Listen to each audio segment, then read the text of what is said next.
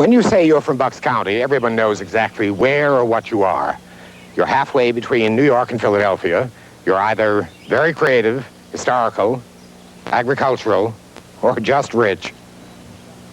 The peace and the quiet of Bucks County brought and inspired such creative spirits as Oscar Hammerstein, Moss Hart, Dorothy Parker, George Kaufman, Lillian Hellman, and that's just to name a few. But the peace and the quiet has its price. It was S.J. Perlman who said, Bucks County is where God would live if he could afford it. Celebrities like James Michener, Paul Simon, Don Meredith still maintain houses in Bucks County where their privacy is needed and respected. But today we have the privilege of visiting some of the people who keep the magic of Bucks County alive. Well-known artists and designers. We'll also stop by and chat with David Burpee, the old gentleman known as the Dean of American Seedsmen. And we'll visit some incredibly creative people who have turned old Bucks County barns into homes that reflect their own personal lifestyle. Later, when we return here, you'll be my guest for a smashing party and meet Betty Furness, Rex Reed, the producers of the movie The Wiz, the president of Cartier's, and many, many more. Well, let's not spend any more time here. I've got a lot to show you. Roy, let's go to Carversville.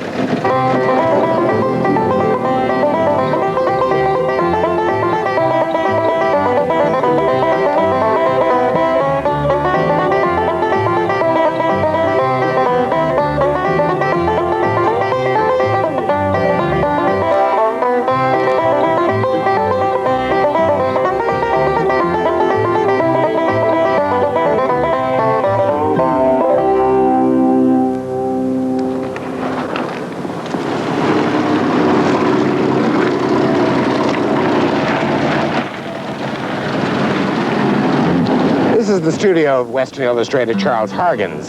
Mr. Hargens is in his 80s and is renowned for his Western illustrations for the covers of such well-known publications as Collier's and the Saturday Evening Post. He's been in this area for almost 40 years. The studio reflects his lifestyle, and his paintings are inspired by the Western memorabilia found everywhere. When you're first getting going, a lot of things you do are books for boys, and they were always laid in a romantic period of time, mostly the American Revolution, and so you picked up all kinds of things. Now, I have a trunks, complete costumes of everything from the early colonial days on up, because I've done a great deal of early colonial work.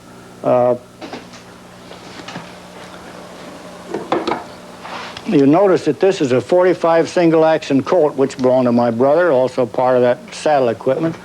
And this is what I used in this painting. This is a single action. That is, every time you shoot it, you've got to cock it. And that's quite a gun. You notice it's ivory on one side, and someone said, where's the other grip? Well, they were made this way by Colt. So this was a fancy thing that you looked out. That made you, you know, you were up in with the boys. Charles Hargens is truly a master of Western art whose paintings almost come alive.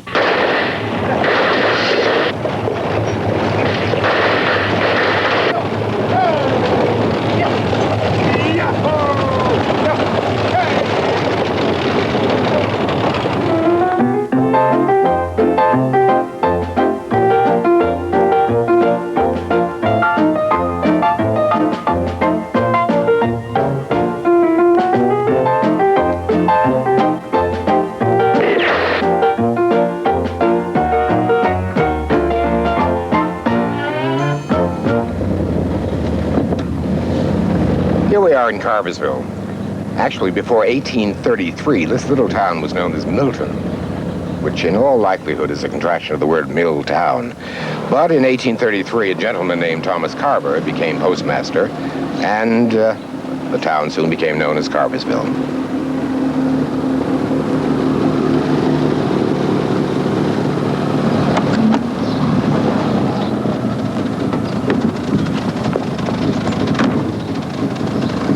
As a matter of fact, this town has just lost its only gas station. Right over there.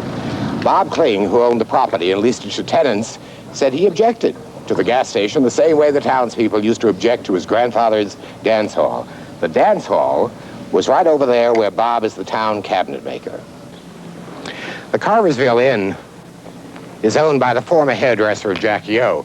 He's open only on Thursday, Friday, and Saturday. For a rather stiff tariff, Bobby will prepare a pleasant dinner for you. Over here, in the general store once operated by her family, Betty Miller now displays her marvelous melange of years past, reflecting the lifestyle of over 2 centuries of Bucks County residents. Betty carefully logs each article, ranging from the most massive antique sleigh to early spool chests and tin biscuits and tea boxes of every description. When one enters Betty's store, it's like a trip into another period in time.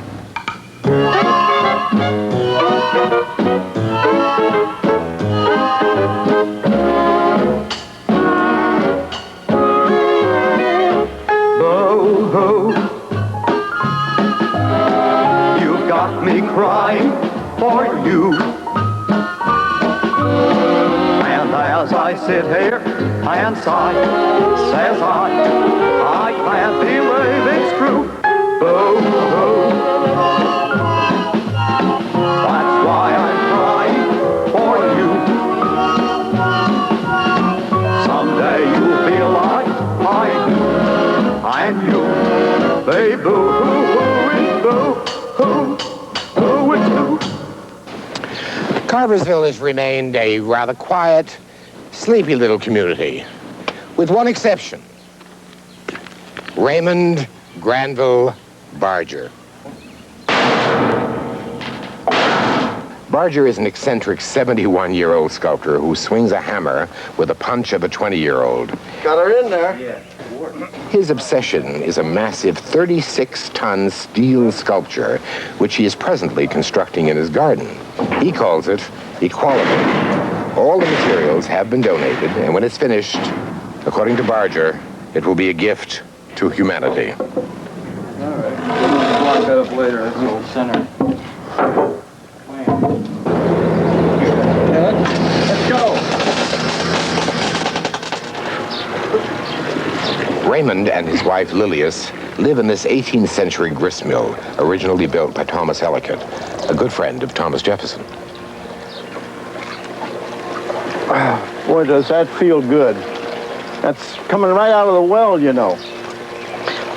This is our humidifier in the winter in the house, but in the summer we put it out here, and this is drinking water coming around. It's not circulating, it's drinking. The whole community comes in, the dogs and the birds and myself.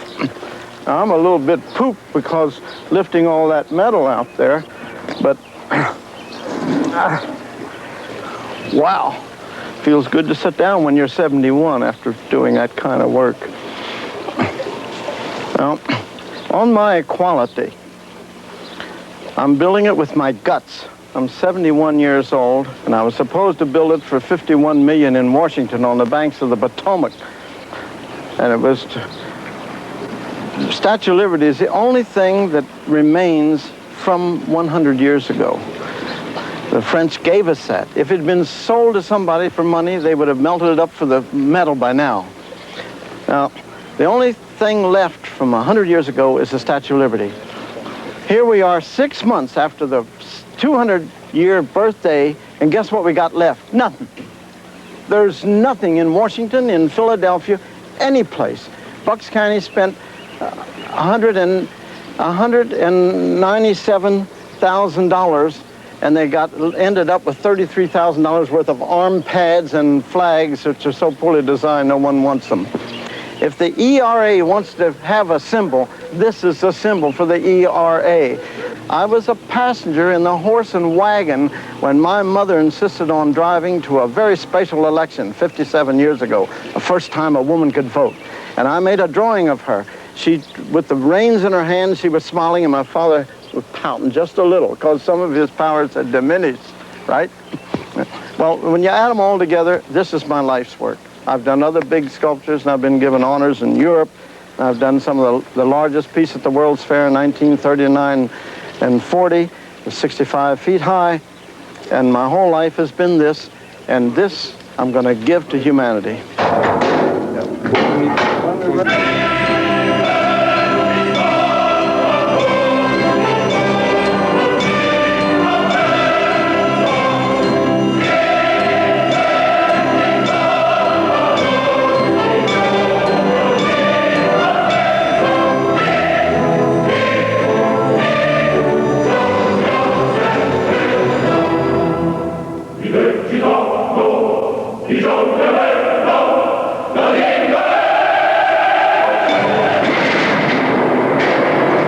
So much for quiet, sleepy Carversville.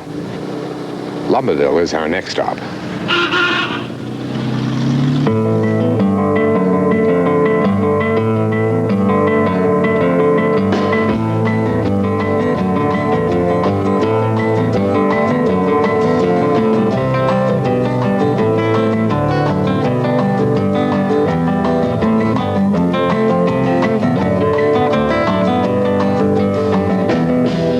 Lumberville is a little town that hasn't changed much in a millennium.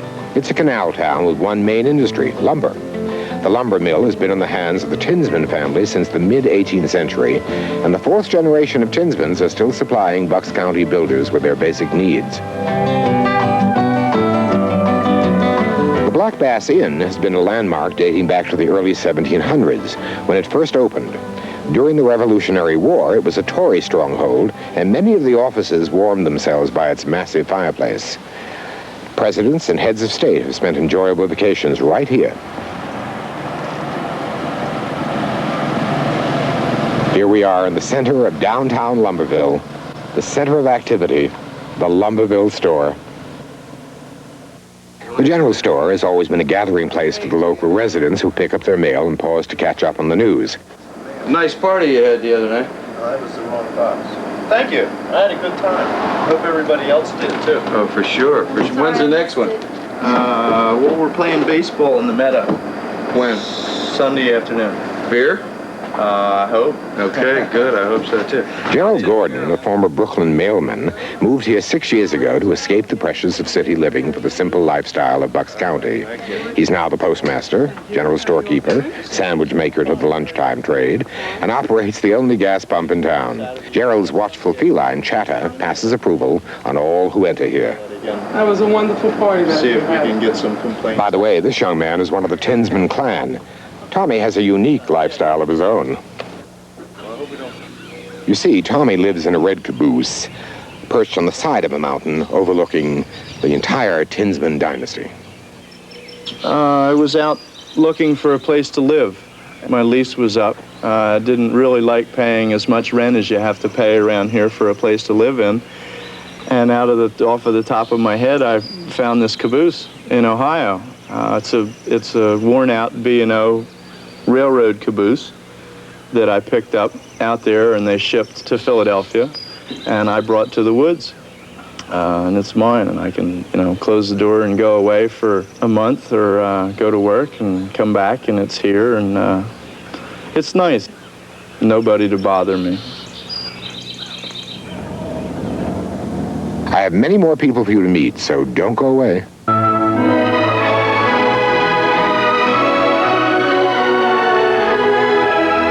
You might call New Hope sophisticated country. It's not cosmopolitan, and it's not rural. There's a world of history here in New Hope. For example, this is the town's oldest building. The Logan Inn was built in 1727 and has been surveying the New Hope scene for the past 250 years.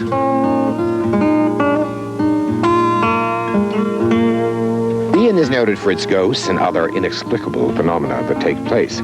So maybe some evening while dining here, you'll see the ghostly presence that lurks outside the window. New Hope, with its steam railroad and canals, was the transportation center for the county in the early 1800s. It was Ben Franklin who said rivers are ungovernable, while canals are quiet and always manageable. New Hope is a warm, friendly community where the residents have a definite feeling for the preservation of the area. Everyone is welcome, even the eccentrics, as long as they're sincere. But there's also a growing concern amongst some of the residents that New Hope is on its way to becoming just another tourist trap.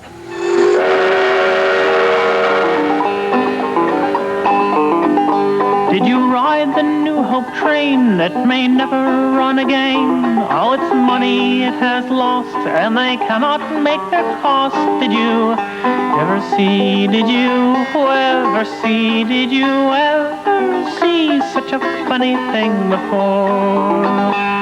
And the New Hope barge you'll ride, if the waters don't subside, all the mules look underfed, somewhat like the Walking Dead. Did you ever see, did you ever see, did you ever such a funny thing before. If you've got some coin to spend, New Hope's just a living end. You can purchase something nice, spending only twice the price. Did you ever see, did you ever see, did you ever buy such a funny thing before? While you're strolling arm in arm through that manufactured charm, just beware of nature's call and save those dimes up for the stall. Did you ever see, did you ever see, did you ever see such a stupid thing before? With your money you can part, buying New Hope's finest art. For if they can't sell it there, they won't sell it anywhere. Did you ever see, did you ever see, did you ever see such a funny thing before? So you'll grab an ice cream cone and you'll start on off for home, and the traffic won't be bad.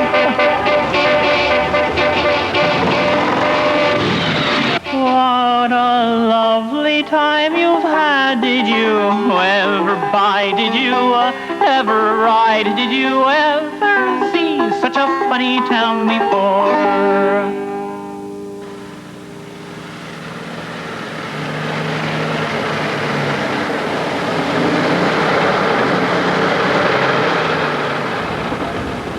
Down this lane lives a man who has spent his entire life in the pursuit of one thing, beauty.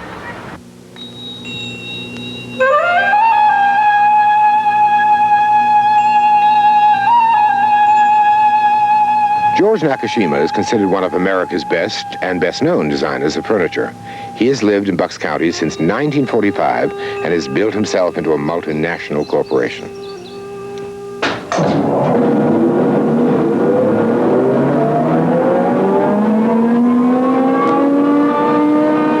His secret of success is in the wood he uses. He scouts the world looking for wood most people in the furniture business or any other would regard as cast-offs. Actually, it's a very delightful thing in that we go into material people would throw away so that we're ecologically valid. I feel that being rag pickers, we give something to society that would otherwise be lost.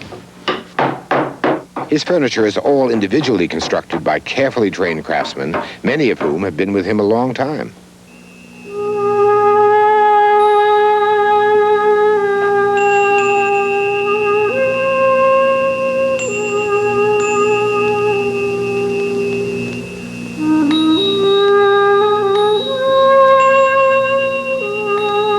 The natural flaws in the wood guide his hands into creating unique, one-of-a-kind pieces of art.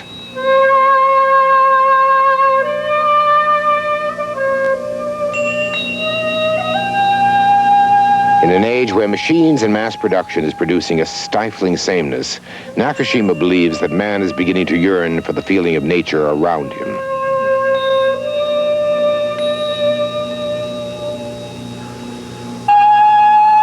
George Nakashima is fulfilling that yearning in Bucks County and plans to live creatively to the end.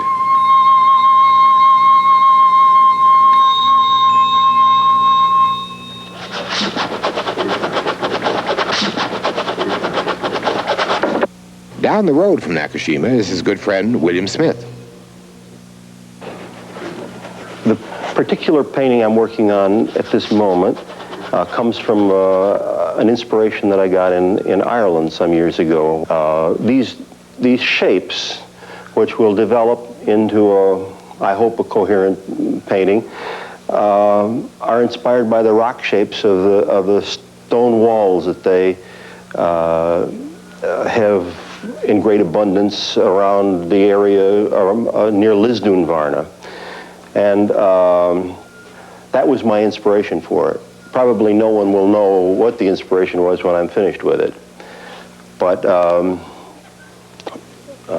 you will know.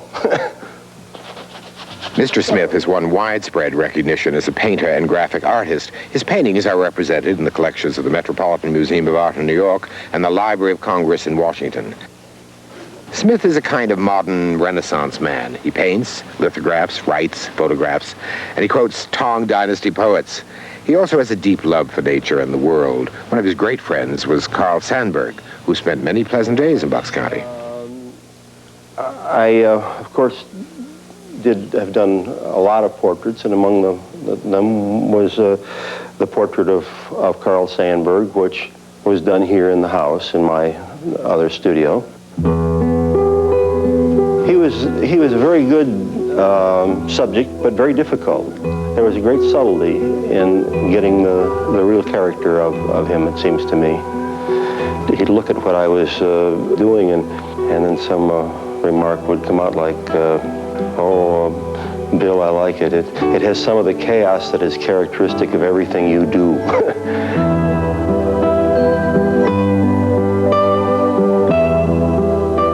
Carl Sandburg wrote this poem, which he just called Bill Smith. It reads this way: flowers and promises, rocks and rookeries, horses of galloping anxiety, and houses whose walls hide characters in search of themselves. Traces of gnomes saying much of history is an alley-craft game. Shadow feet moving toward fables just around the next corner. Gnarled fingers feeling in pockets for a timetable and bus fare. People in meditations placed in a quiet whispering gallery. These linger with me from the graphic art of my friend Bill Smith. I seem here in Bucks County to have everything I need, and I like it.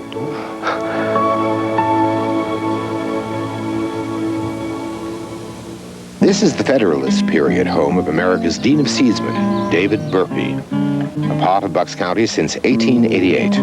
When Mr. Burpee was born, Grover Cleveland was the new president. The telephone was still in the mind of Alexander Graham Bell, and would you believe this? The price of coffee was a mere 35 cents a pound. Mr. Burpee is one of those men that's not satisfied unless he's improving on a good thing. In his case, the Burpee Seed Company. The best seeds that grow, the Burpee book said, buying seeds through the mail from the pages I've read. Saddleback wax beans and the blue cabbage head were among the new hybrids from the Fort Hook homestead. Well, this is a beautiful day.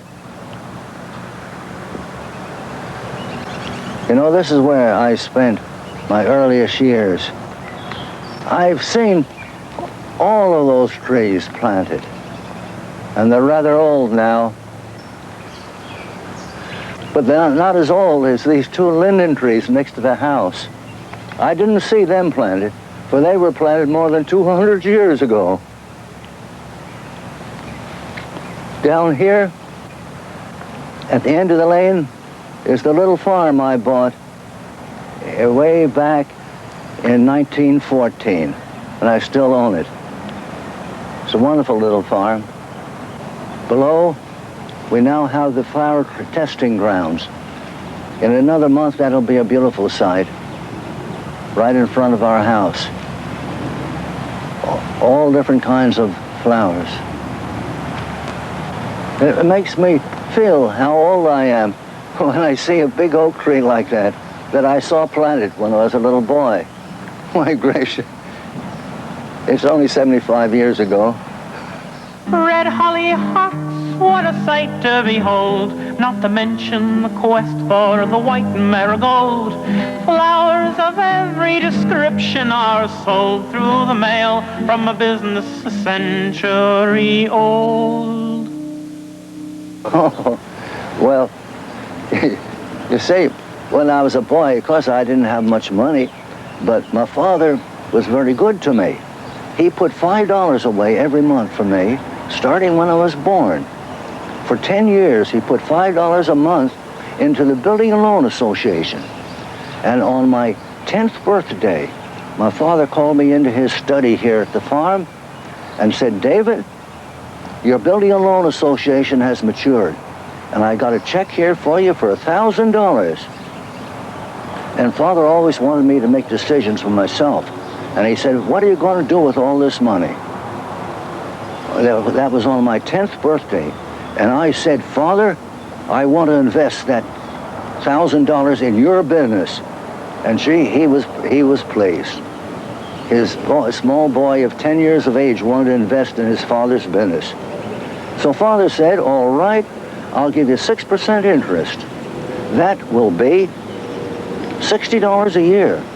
Why, that'll be $5 a month. What do you do with that much money? I never had $5 a month to spend. I said, Father, you please tell Mr. Bogey, our head bookkeeper, not to send me a check for $5 every month. Tell Mr. Bogey to send $5 every month to the Building and Loan Association, and I'll take out another series. Well, that pleased my father, too. So then, it took 11 years for the second series to mature, instead of 10 years. So the day I was 21, my father called me into his study again and said, your Building and Loan Association has matured again. Here's a check for $1,000.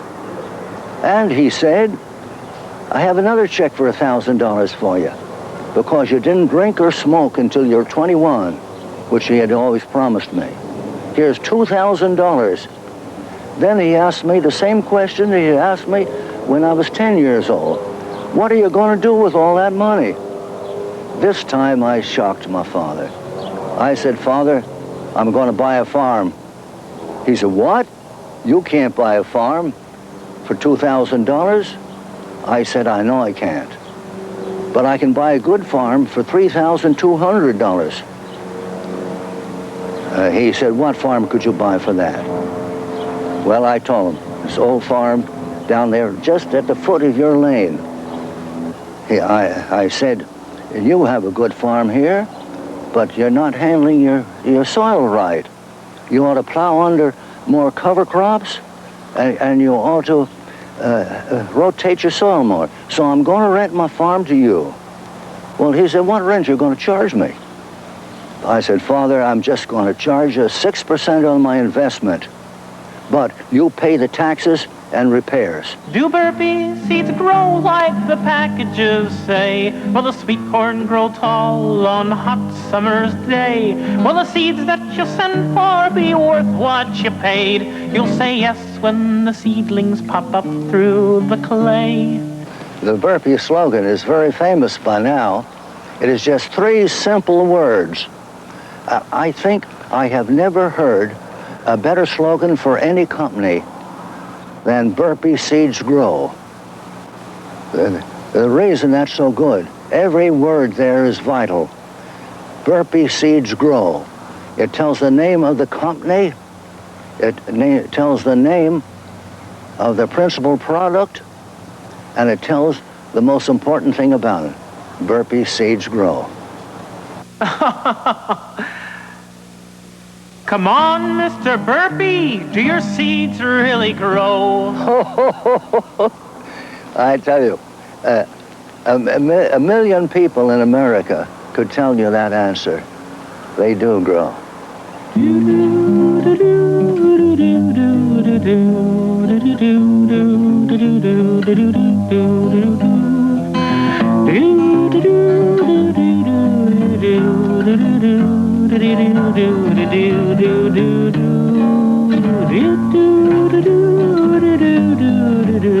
There's a fascinating story about this piece of land known as Devil's Half Acre.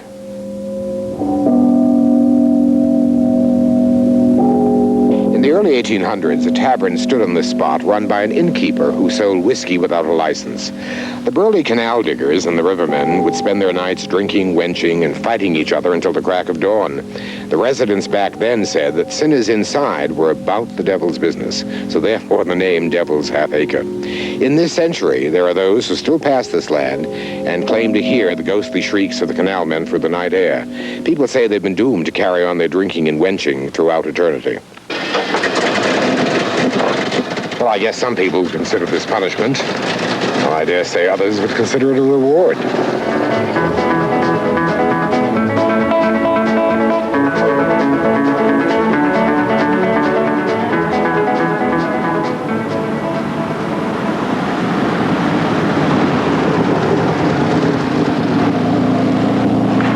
A visit to Bucks County would not be complete without your meeting James Hayden Smith. Mr. Smith is 91 years old, a Quaker and the senior member of the oldest family in Bucks County. The Smith family were granted this property in 1719 by William Penn and have lived here ever since. We had a lot of horses on the farm, and when those horses wore out, we had to get new horses. And I was the one to break those wild horses from the West in with a saddle on their back. I would get on them and ride them until they were tired. And so I was pretty good in breaking in those wild horses that were shipped in here from the West for the farmers to use. That was part of my work on the farm. Of course, we had a dairy here of cows, and we had to get up in the morning at 3:30 or 4 o'clock and milk those cows and cool the milk and put it in the milk cans and drive the wagon down to the railroad station and be there by 6:15 in the morning to ship that milk into Philadelphia in milk cans. We have worked to build up the land to a high state of production by soil and water conservation. And I had my farm laid out in strips and terraces, and we saved the soil, and we produced higher production crops on this land than what it was producing before. Well, about the way things are going now, I see there's too much of the good farmland being taken up by these developers who can make millions of dollars by planting houses on the place, where it should, that good farmland should be saved for to raise food for our people.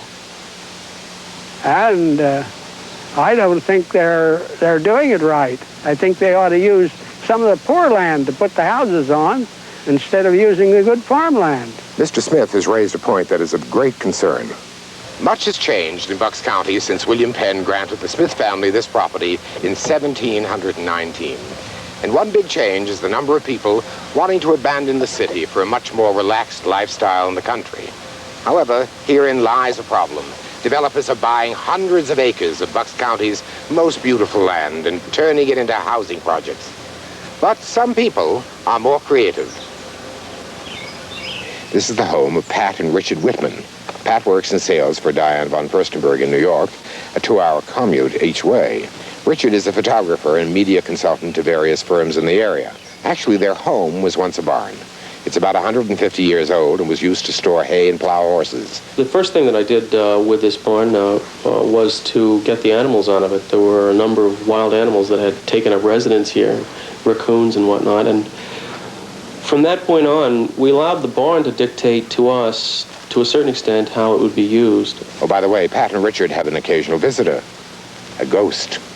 I came down at about 5 in the morning, and as I was making my sweep back up the spiral staircase, I saw a man sitting in the corner, and I didn't know what to do, whether to scream, run up the stairs, get a gun. So I ran up and I ran back down again, and by then he was gone.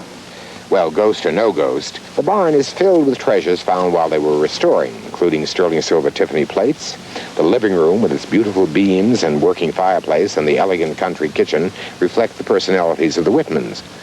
It's one thing to bring in new buildings and new developments and new tastes and new ideas, but to do that at the expense of existing architecture or existing buildings, I think, is kind of criminal.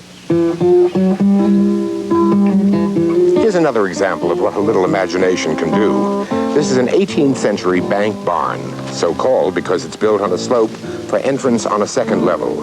Marjorie Toomer and her husband Gene bought the property in 1934 and remodeled the barn in 1955. Marjorie is a designer and photographer. Her house guest is Dorothy Schubert, the niece of Georgia O'Keeffe, the artist. Marjorie's home has a cozy, lived-in feeling which matches her lifestyle.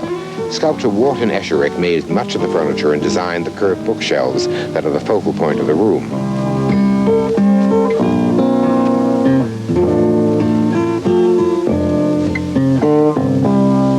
Marjorie is the widow of the late black writer Jean Toomer, considered the most important black American novelist in the 30s. He was actually, to look at, not much darker than I get when I'm out in the sun. So he wasn't really what's now called black.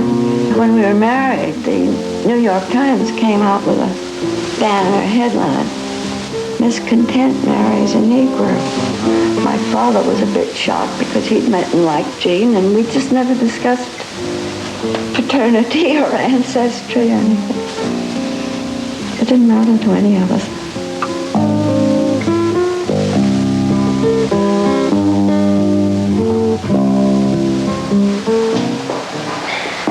How you going?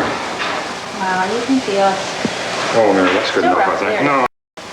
Here is a young couple in the midst of redoing their barn. Mary and Patrick Fowles bought this 18th century barn 5 years ago and have been working on it ever since. Patrick is a chemical engineer and a perfectionist. He built a scale model of the finished barn before undertaking any of the renovation.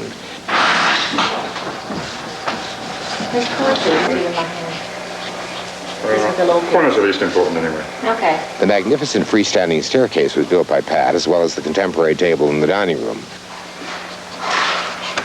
The paneling on the far wall is comprised of doors salvaged from an old building. Patrick and Mary are just two of the many who are committed to the preservation of the past for the generations of the future. In the colony days before 76, William Penn planned the county of Bucks. It had farms, it had towns, it had villages too. That's the way that he left it to us. Bucks had beautiful land on the wide Delaware, and the farmers thanked heaven above. It lay neatly between the town of New York and the city of brotherly love. Such a tourist attraction has never been seen. They've been coming since 1802. And they liked what they saw in the Bucks countryside. Into Bucks they decided to move. So the farmers were cheated right out of their land. The developers soon would begin. In 1 month and a day they would build you a house made of tar, paper, cardboard, and tin. So the song of Bucks County gets sadder, it seems, and the writers won't leave it alone. Each new verse that they add tells of damage they've done. It won't end till there's nothing at all.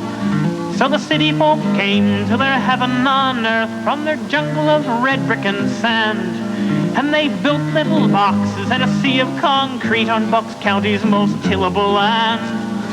Now the farms that are left can't afford city taxes. They went out, that's quite easy to see. But the people who moved from the city won't let them. It's country they've come out to see. There's still land in Bucks County that's not changed for years, like the land that was used up before. But don't move to the country to start a new city. Fix an old house, don't build anymore.